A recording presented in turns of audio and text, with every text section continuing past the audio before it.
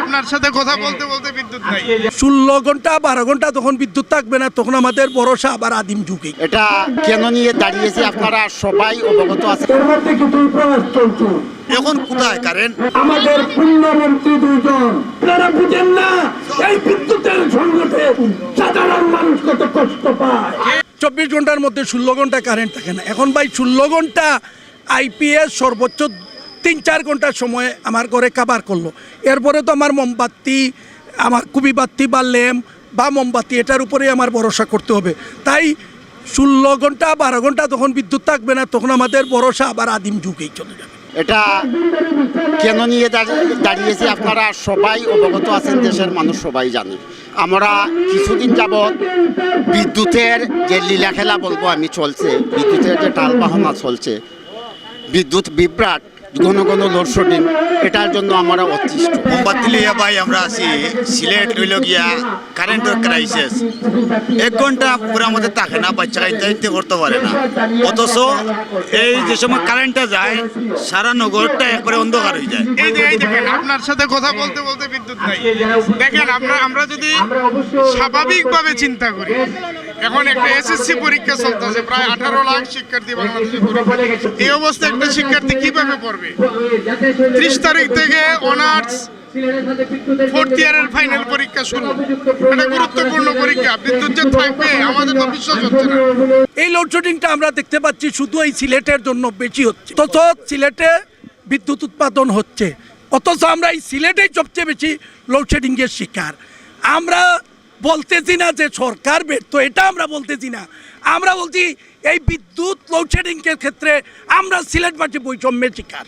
এই যে লীলা খেলা, আর এটাও জানেন আপনারা আমাদের এসএসসি পরীক্ষার্থী প্রায় 18 লক্ষ শিক্ষার্থী পরীক্ষা দিতেছে। এদের পরীক্ষার সময় যে পড়ালেখার যে বিঘ্ন করছে, এটা সীমাহীন যে পড়ালেখার ব্যাঘাত করছে, এটা আমরা পূরণ করতে পারবো না অপরিণীয়।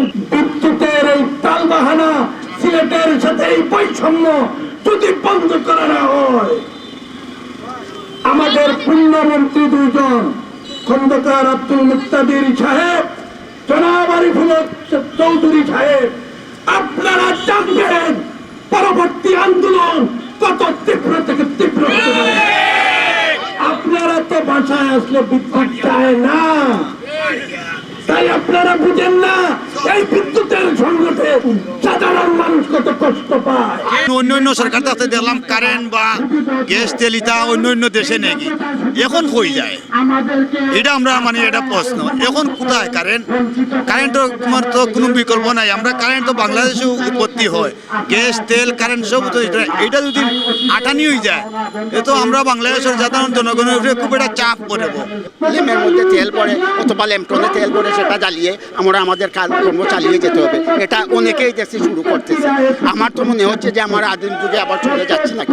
ব্যবসায়ীদের একদিকে আপনারা নিয়ম করলেন 7টায় দোকান বন্ধ করা দরকার, এখন দেখেন যে পুরো সিলেট শহরের মার্কেট রাস্তার দোকান বন্ধ হয়ে আছে। এর মধ্যে কিছুই প্রয়াস চলছে। আপনারা দোল্লার পারে গিয়ে দেখবেন আমাদের কার্যালয়ের আশেপাশের দোকানগুলো সারা রাত খোলা থাকে।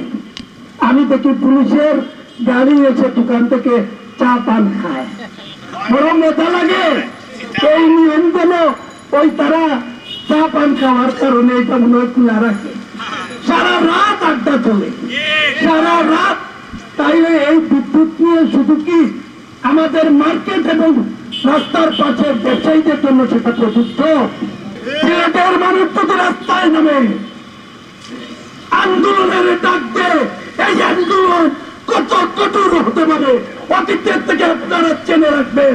ইনশাআল্লাহ কত কঠোর আন্দোলন তৈরি করবে সিলেটের যাতে বৈষম্য যদি দূর করে না হয়, আমরা তীব্র থেকে তীব্রতার আন্দোলন গড়ে তুলব ইনশাআল্লাহ।